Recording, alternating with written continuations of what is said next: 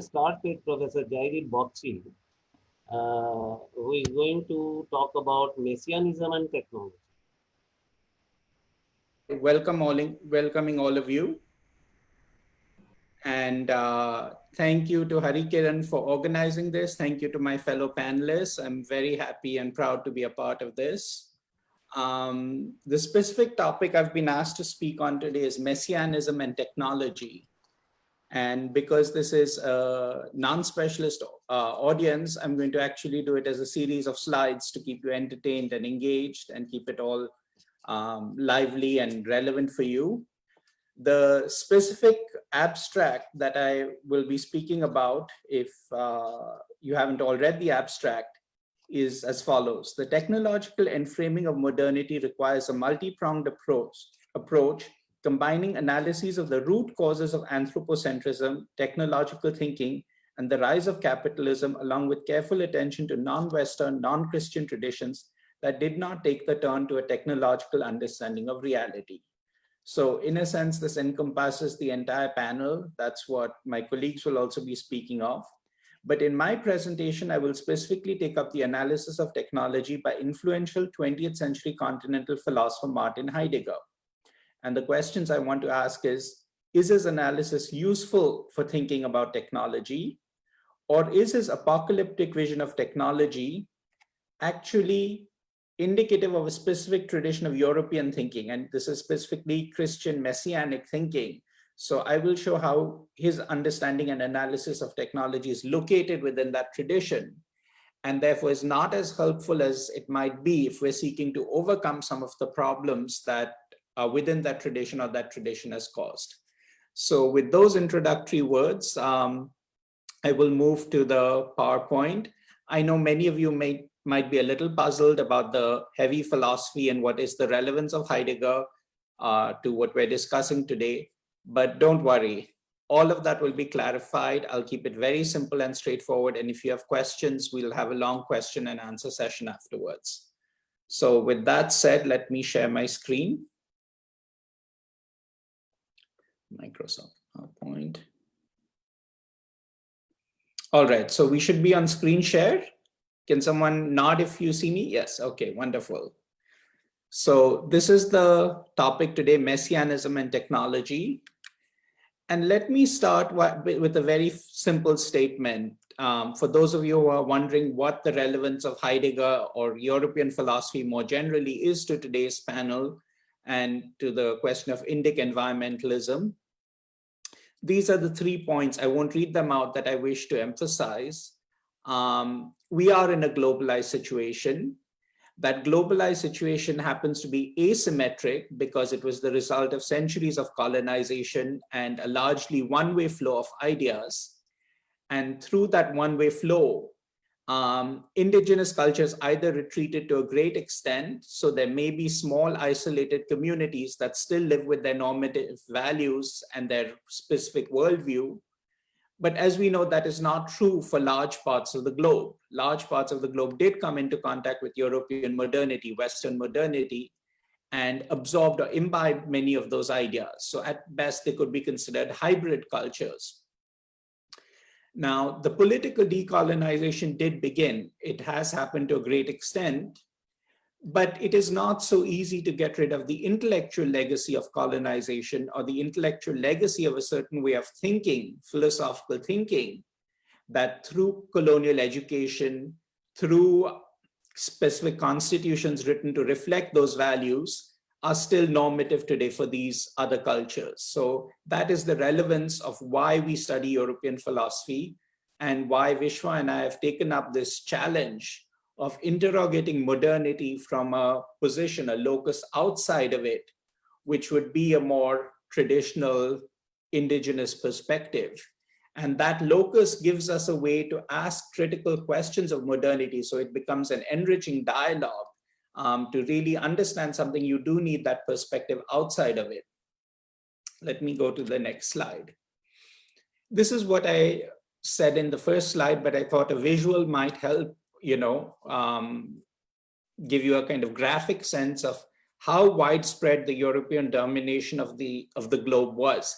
As you can see, there are only about 4 or 5 countries that were never under European control, Thailand being one of them, Korea and Japan.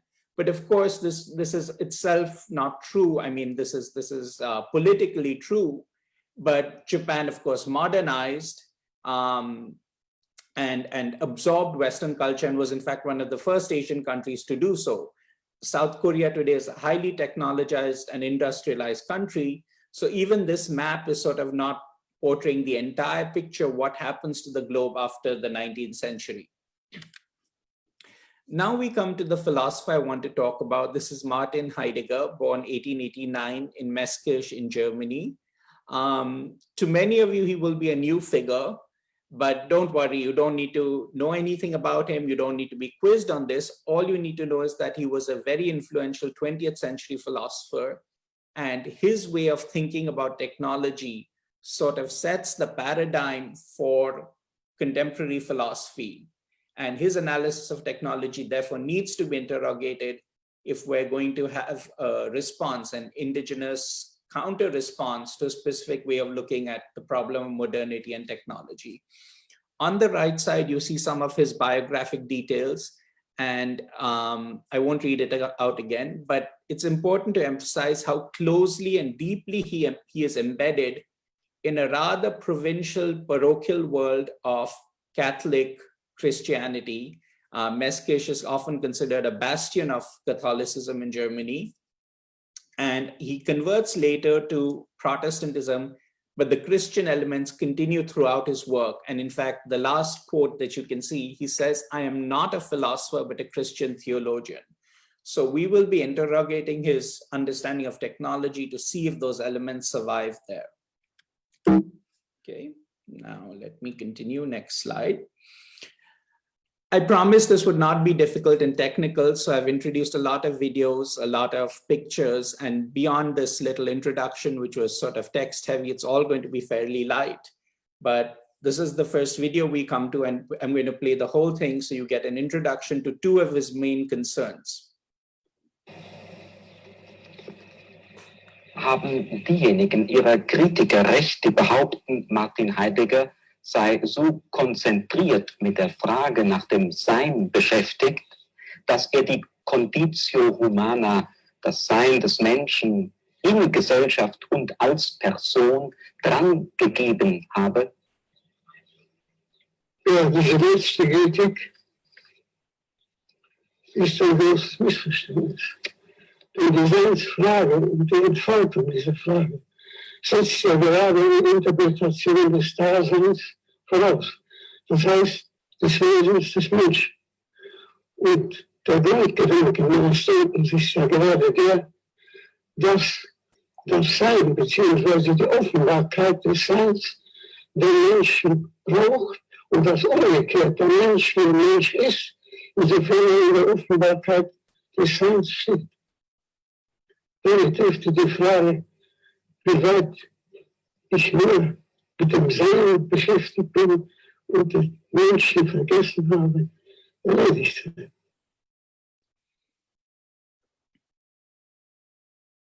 Okay, I have stopped sharing and I'm back with all of you because I know it becomes a little tiring for you to look at slide after slide in a kind of flat perspective. So I'm back here to interpret that first bit that we heard. Heidegger is arguing that we cannot look at being or what reality is without implicating the human in a certain way. So the centrality of the human to what is, and that the human is somehow a core part of this plan for reality, that being in Heidegger is another way of saying God. God has a specific plan, man has a specific role in that plan, and his philosophy is going to consistently emphasize that anthropocentricity. Now, in the original scheme of this panel, Edward and Vishwa were before me to discuss the problems with anthropocentricity, but you'll be hearing about it in a bit. But the problem with Heidegger, as I see it, is that once again, that emphasis on man as somehow being central to the divine plan, and man being the architect, man being the Lord, man being the one commanded to take care of reality in a specific way, where reality is at the disposal of man, becomes a very problematic legacy of modernity. You have heard from Viva and Rahul, and I was here and following along in their presentations, a completely different way of looking at reality, where there is a kind of subservience to the natural, to the animal, and man is somehow living in a coexistence with them, but has to subordinate himself and his desires to that other. This is what gets lost in the specific framing of the relation of man to being that Heidegger, in continuation with the tradition, does. That's the first point from that video. Let's go back to the video and I'll show you a second point that he makes.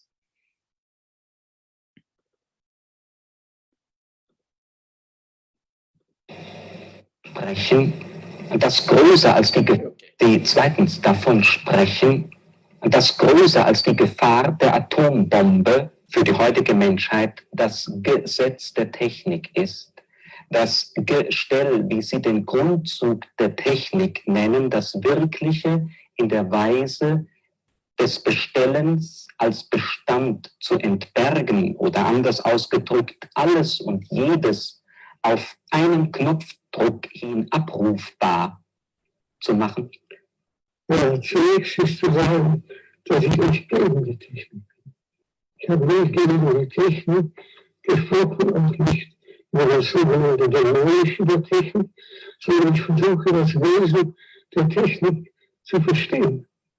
Und wenn Sie diese Gedanken zitieren, mit der Gefährlichkeit der Atombombe und noch eine noch größere Gefährlichkeit der Technik, so denke ich an das, was sich heute als Biophysik entwickelt. Dass wir in absehbarer Zeit imstande sind, den Menschen so zu machen, das heißt, so ein organisches Wesen so zu konstruieren, wie er ihn braucht. Geschickte und ungeschickte, gescheite und dumme.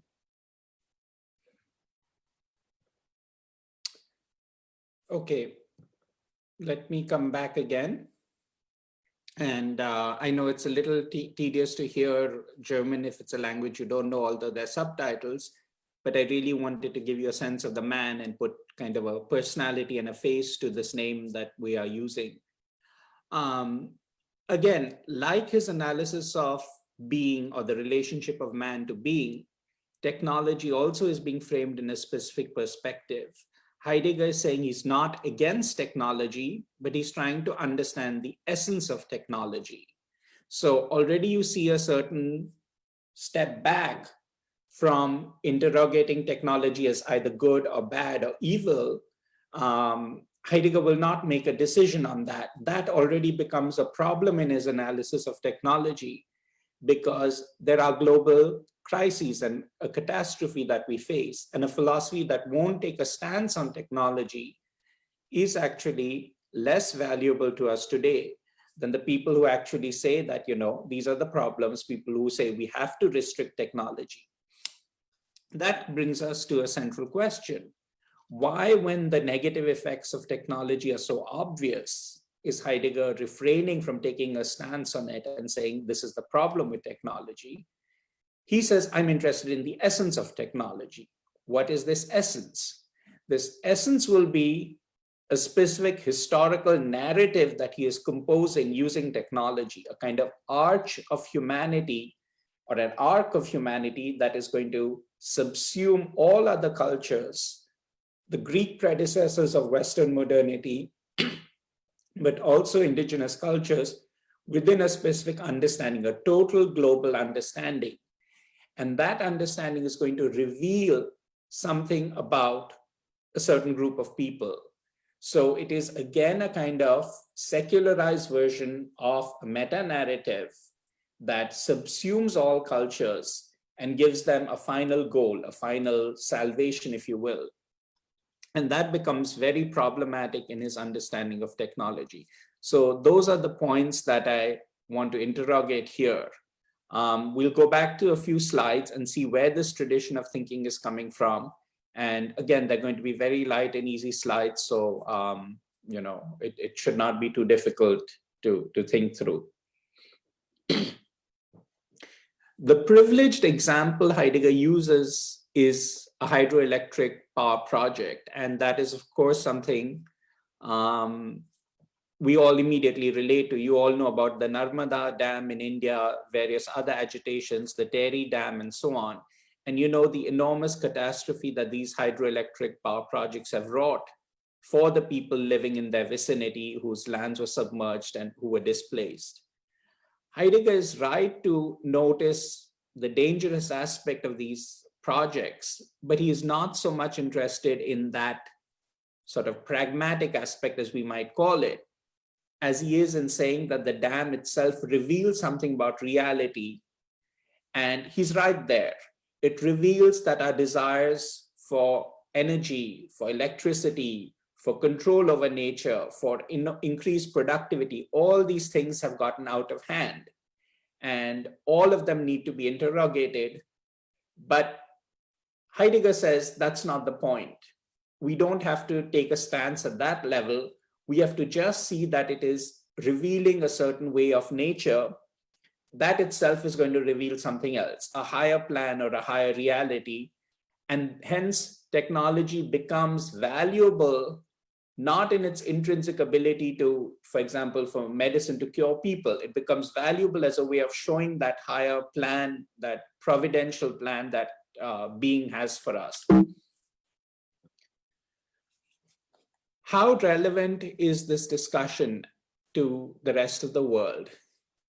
Through this specific understanding of being as available to man, which Heidegger is correct in denoting or in identifying, that understanding, in fact, becomes normative for the rest of the world through two specific papal bulls, one granted to Portugal and one granted to Spain, which encodes that understanding of availability, that all of reality, material reality, land, territory, islands, plants, animals, and even human beings as slaves, they are all available to man and at his disposal. This is actually legally encoded into the structure of modernity through two papal bulls. And I'm not going to read the whole papal bull, but I just wanted to show you the relevance of that specific understanding of the relationship of man to reality. It's not an abstract phenomenon. We philosophers are not dealing with, ideas that have no consequence for reality. They actually affect the way our world has unfolded over the last several centuries. So this is the first papal bull, and this is the second one. And from the second one, I just want to show that the Pope grants Spain and Portugal the right over the New World, and he includes everything that is found in those territories. So they have dominion over cities, camps, places, villages, rights and jurisdictions over all those territories and the people found there.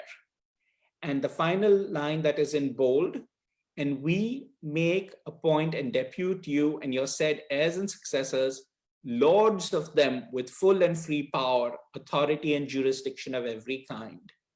This stated lordship, dominion over reality is the philosophical problem that we are trying to address today. Now, I'm going to come to another video. I'm going to show you just this video and then a few other slides. The tradition of thinking that is being expressed here is something called Messianic apocalyptic thinking. It is a tradition in which the suffering of history is part of an intrinsic plan, and it is necessary in order to reveal the final end of this plan. And because that's an abstract concept to convey, I simply have a video that's going to show you that, so it becomes easier for you to absorb that notion. The last and boldest statement of Northern religious art can be found in the Isenheim Altar piece, the work of a German master.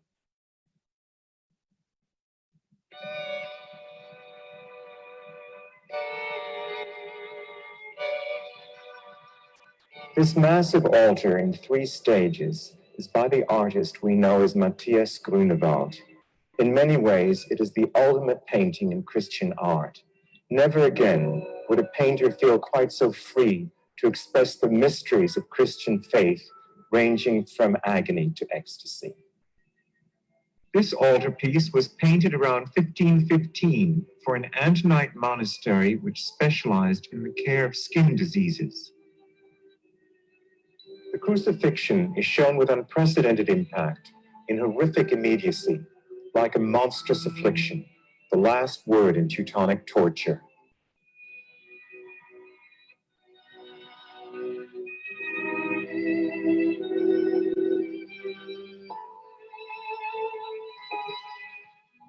Mary swoons in the arms of St. John the Evangelist as the kneeling Magdalene twists her hands in impotent grief.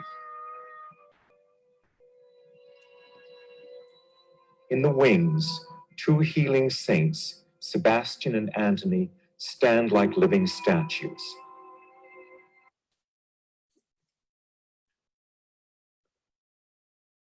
Okay. I hope you enjoyed that kind of dramatic interlude. Why did I include that video in the presentation? The papal bulls that we saw just prior to that video lead to enormous suffering. I don't need to show you pictures. You can Google pictures of colonization, enslavement, the torture of individuals, the destruction of entire civilizations. What is the connection between that and the video you saw of this painting? There is in this messianic thinking a tendency to emphasize that horror of history, but not negate it, because that horror is needed as revealing some higher truth. So it becomes integrated within a plan. And Hegel, the philosopher Hegel, will actually say all these wars, destructions, etc., what is their meaning? And he speaks of the slaughter bank of history, all the civilizations that are killed on the slaughter bank of history. What is the meaning then of that action? And of course, the action will be that all of that was necessary to legitimate, to justify, and to posit as the final end a certain civilization, a certain revelation, a certain historical religion that he equates, of course, with his own present, that will be German Protestant Christianity. But you see how the problem of suffering, the problem of colonization cannot be posed in the proper intellectual perspective until this eschatological framework that justifies what has happened says it is A, providential, B, meaningful, C, necessary, and ultimately even beneficial or salvific. So D, beneficial and salvific, takes all that suffering, subsumes it into a history, and in a sense negates the reality of those who had to suffer. So it's an extremely parochial way of looking at history, but it has become influential. If you think about the problem with large dams in India, if you read some of the debates, are these not the very terms in which the argument is framed? It's for the greater good, right? It's old civilizations or old ways of living, they have to give way to modernity. So it's a justification of the present, the greed or the need of the present, and what comes before can be sacrificed, or other people can be sacrificed in order to legitimate that one present moment. That is sort of the philosophical structure within which Heidegger's thinking of technology is placed. It does not actually raise any of the problems with technology. It does not raise the problems with destruction or colonization, but follows this legitimation structure. So I'm going to move a little faster now because that is sort of the essence of my presentation. I have a few more slides, but I'll skip some of them so we keep enough time for discussion. Let me go back and do just a few more with you.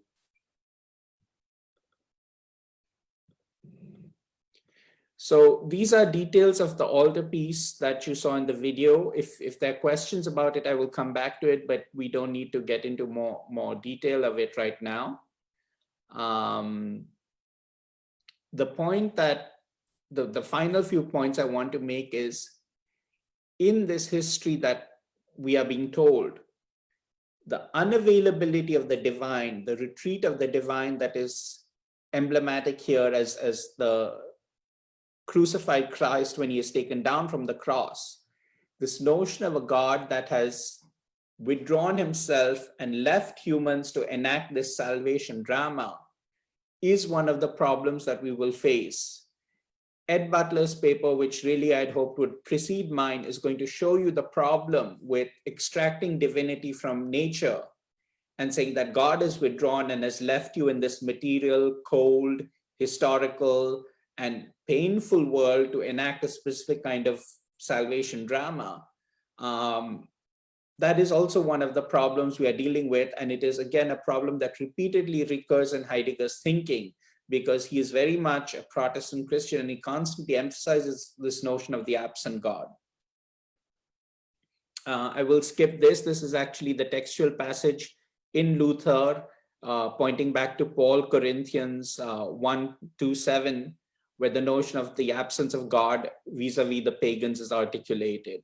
And this is what the absence of God or the death of God looks like. How do we understand? Let me now wrap it all up and bring it together. How do we understand Heidegger's philosophical project in the essay on technology? This is the dead God, or the God who has withdrawn, the absent God. In the 19th century, the philosopher Friedrich Nietzsche comes up and actually articulates this problem with the death of God. And he puts a kind of end to a specific way of thinking about humans and reality and being, where the kind of drama I have laid out for you is enacted, and says, no, this God is dead and we have now killed him. So he puts an end to that tradition of thinking. This is the passage that Nietzsche has in The Gay Science. The madman. Have you not heard of that madman who lit a lantern in the bright morning hours in the marketplace, ran to the marketplace and cried incessantly, I seek God, I seek God. As many of those who did not believe in God were standing around just then, he provoked much laughter. Has he got lost? Asked one. Did he lose his way like a child? Asked another. Or is he hiding? Is he afraid of us? Etc., etc.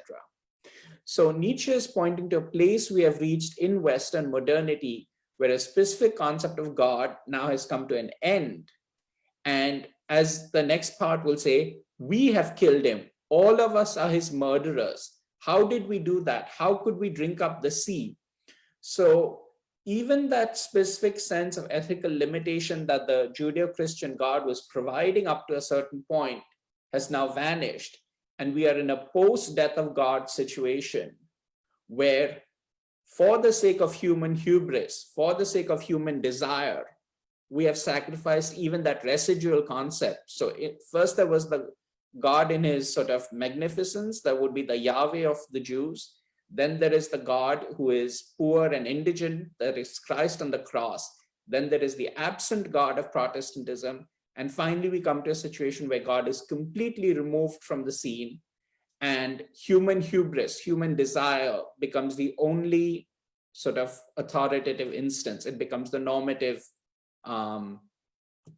structure of reality.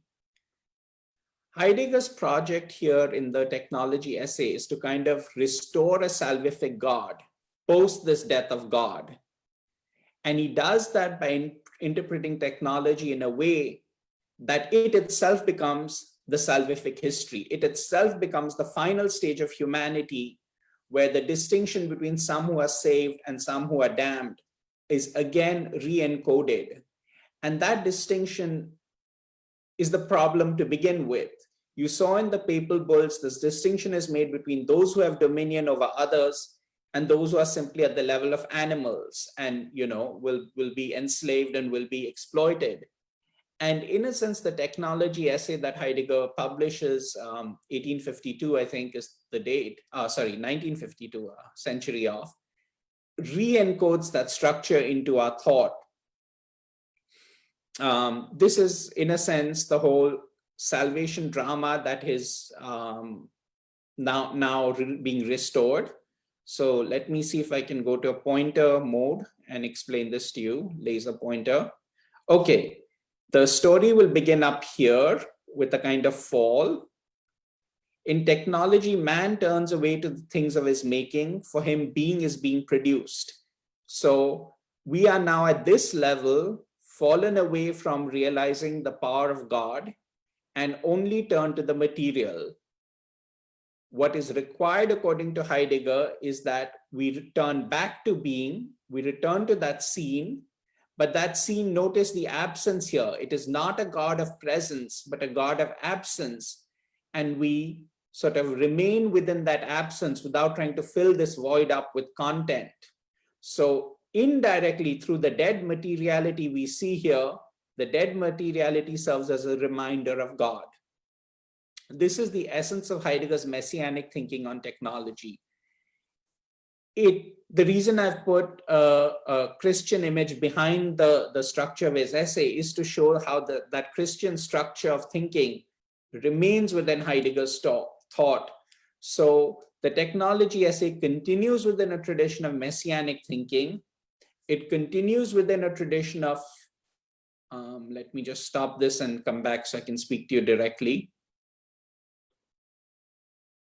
It remains within a tradition of, here I am. It remains within a tradition of messianic thinking where whatever happens in history, all the damage, all the violence and so on is still somehow redeemed at the end. It is in fact necessary for that end to happen. So it becomes justified and legitimate. Colonization, death of indigenous civilizations, slavery on a mass scale, all of that gets legitimated for the end. This is problem one. Problem two, all the environmental destruction, all the things that we are doing to the planet are not seen as problematic. In fact, Heidegger explicitly in the video you said, he says, I'm not taking a stance on it. I'm not saying that's demonic. I'm saying it's part of a plan. I'm saying it's necessary to reveal something about being. And that becomes another legacy of his Christian heritage. So that's my entire presentation. I want to stop on one final slide, which sums up the talk for you, and then I'll hand it over to someone else who wishes to take the thread up from me. So let me go back to share screen.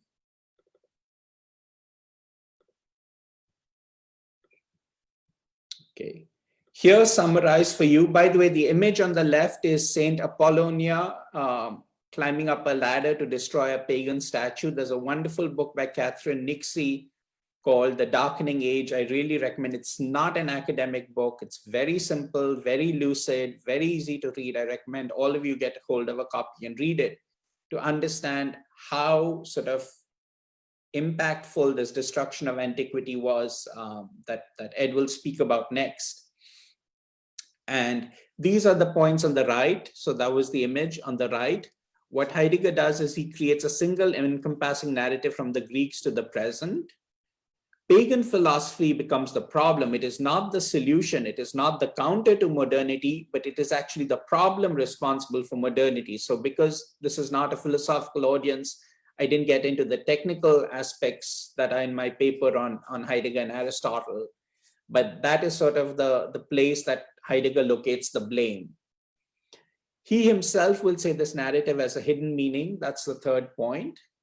He will not take a stance on human responsibility and the human share in this history.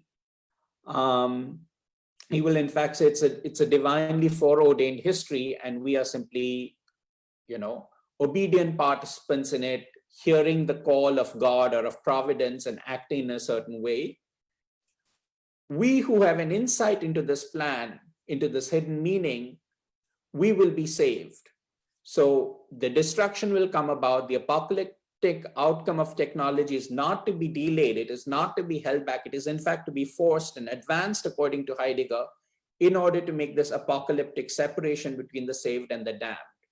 So these are all the ways in which Heidegger's discussion of technology encodes a certain Christian understanding of reality and of salvation.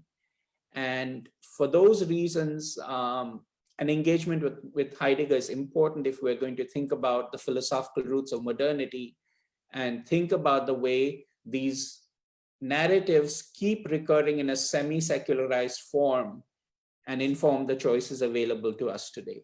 So that's my presentation for today.